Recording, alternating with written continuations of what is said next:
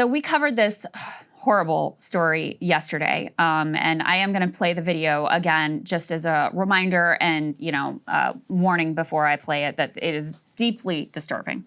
The IDF struck Nasser Hospital, which is the most significant hospital in the Gaza Strip at this point. And then they waited 15 minutes for journalists to arrive to document the damage, for ambulance crews, civil defense personnel to come in to rescue those who had been impacted. They waited 15 minutes, and then they struck again. They murdered, I believe it was 20 people, 5 of them journalists, by the way, and also, again, a number of civil defense workers. That bombing, that strike, was caught on camera. Again, warning, this is disturbing. Let's take a look.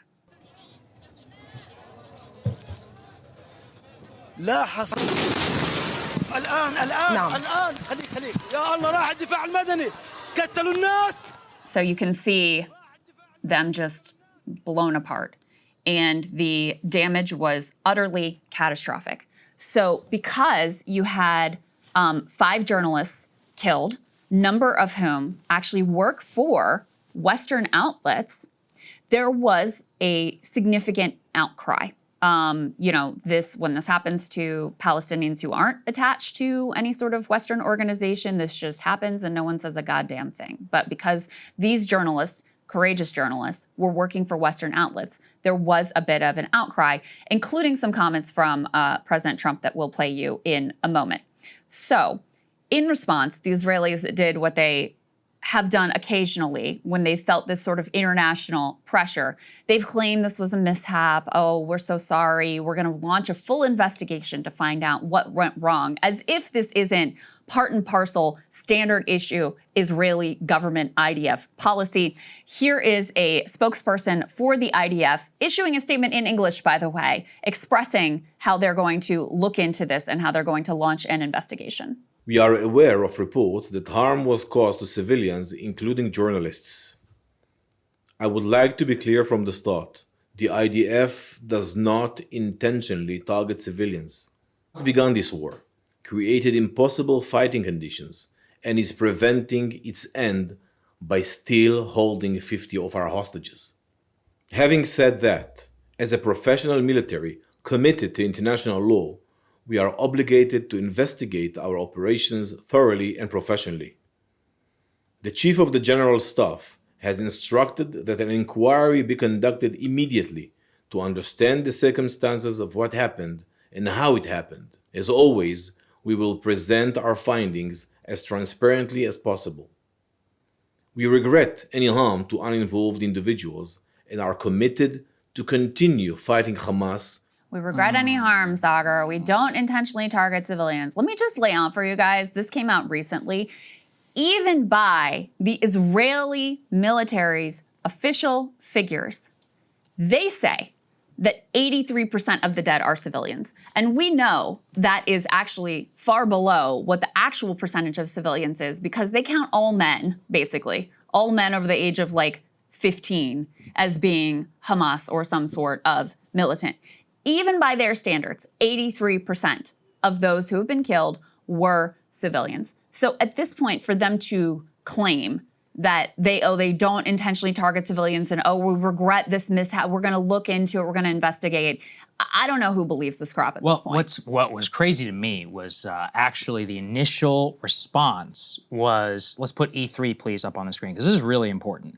Originally, the Channel 14 in Israel said that this was Hamas's Nasser headquarters and said that they had, quote, identified a surveillance camera used for intelligence gathering, saying it was used by Hamas militants, and then fired the tank shell to, quote, neutralize the threat. The strike was approved and coordinated with senior command. They knew about it before it was being carried out. It was only after it was caught on video, basically on live television, that they came back and they're like, oh, actually, it was a mishap. No. I mean, it is just emblematic of everything that we've seen on camera. with Tony, whenever we interviewed him here, the former Green Beret GHF whistleblower, is shoot first, ask questions later, if at all.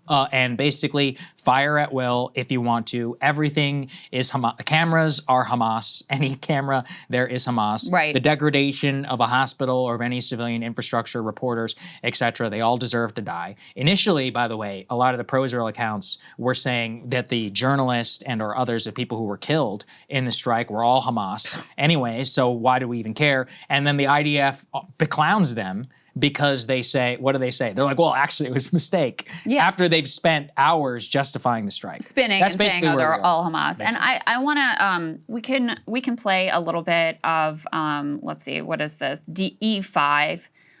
This is one of the women, one of the journalists who was killed is a woman who's featured in this video that was put out to support Gaza's journalist women. That's her actually right there. Her name is Mariam Abu Daga. Apparently another one of the women who was featured in this video, her husband was killed by the Israelis. And you know, I just want to like put a name to these individuals. They're not just, you know, statistics in all of this, even though, of course, there's so many. You could never say all of their names.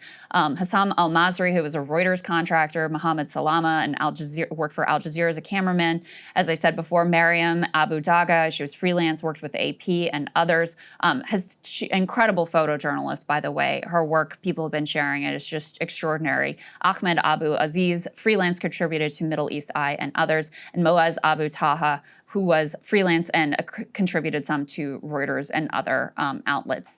And you know, the way that these outlets, even when their own people were murdered, covered this was also shameful. But that's the reason why the IDF even felt the need to pretend like they cared and like this was a mishap and you know, something that they don't do every single day. We are now at somewhere around 250 journalists who've been killed by the IDF. And it's really clear, like they don't want people to be there to document their genocide. That's why they don't allow international journalists from outside to come in. The people we're talking about here are all Palestinians who work freelance for these various news organizations so that those news organizations have some sort of a window into what is happening inside of the Gaza Strip. The Israeli government doesn't allow journalists in because they don't want their war crimes documented. And then they directly target journalists also like Anas and his whole crew for Al Jazeera because they don't want people to see what they are doing on the ground. The tactic that they use, documented by 972 magazine, of these double tap strikes, this is also standard issue protocol. They will hit something, in this case a hospital, then they will wait 15 minutes for journalists, aid workers, rescue crews, everyone to gather, and then they will strike it again.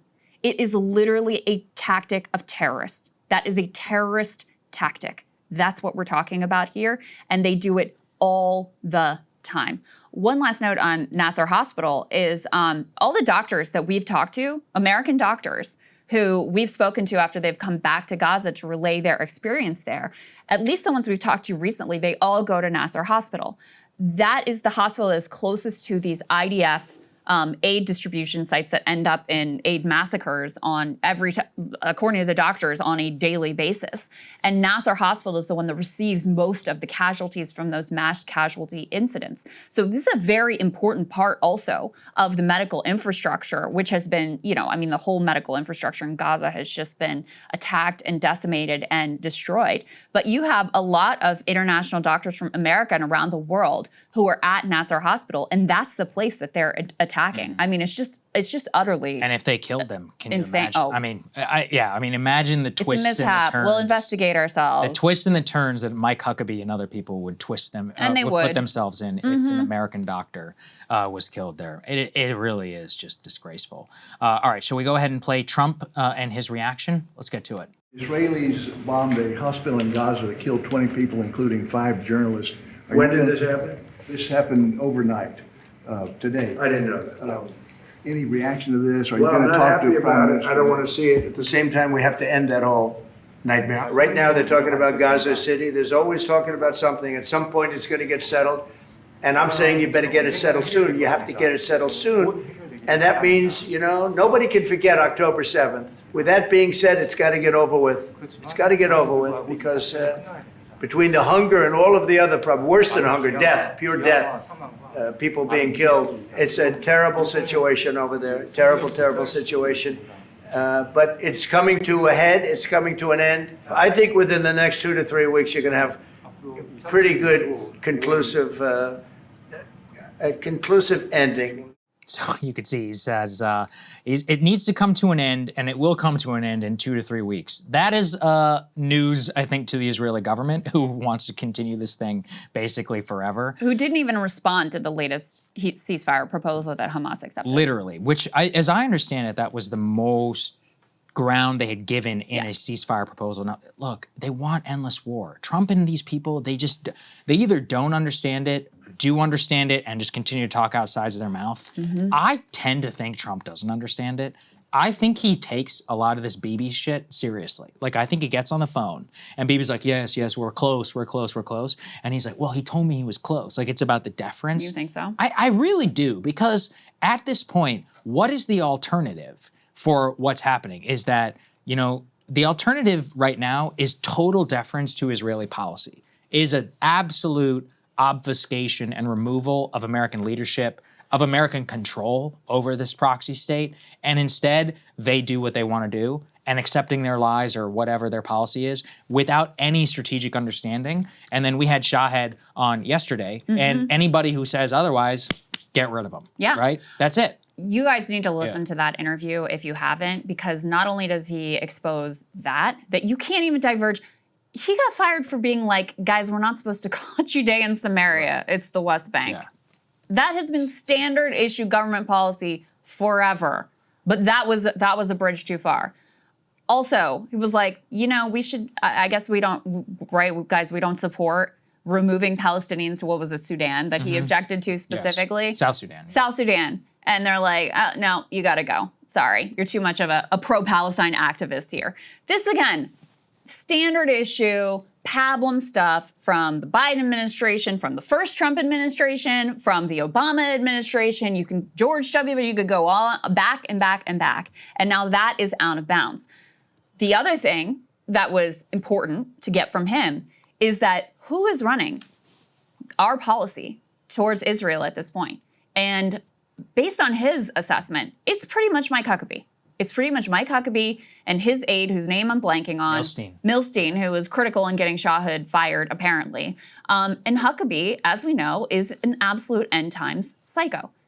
He is a religious zealot who is not pushing Israeli policy because it's in America's interest. It's because he has a certain religious ideological fringe belief. And that is what, more than anything at this point, appears to be guiding U.S. policy vis-a-vis, this quote-unquote ally that we send billions of dollars to every year in order to, create and cause this absolute horror. So that's where we are. So Trump's like, oh, it's going to be over in a few weeks. Like, what are you talking about? His way, it's almost worthless to listen to what he has to say. It just confuses issues more to even listen what he has to say, because there's zero sign that there's anything other than endless death, destruction, ethnic cleansing, attacks on hospitals, murdering of journalists for the indefinite future, based on what we actually see happening, not whatever bullshit falls out of Donald Trump's mouth on a day-to-day basis. I think broadly what it is that Trump and them view it like Ukraine. It's intractable.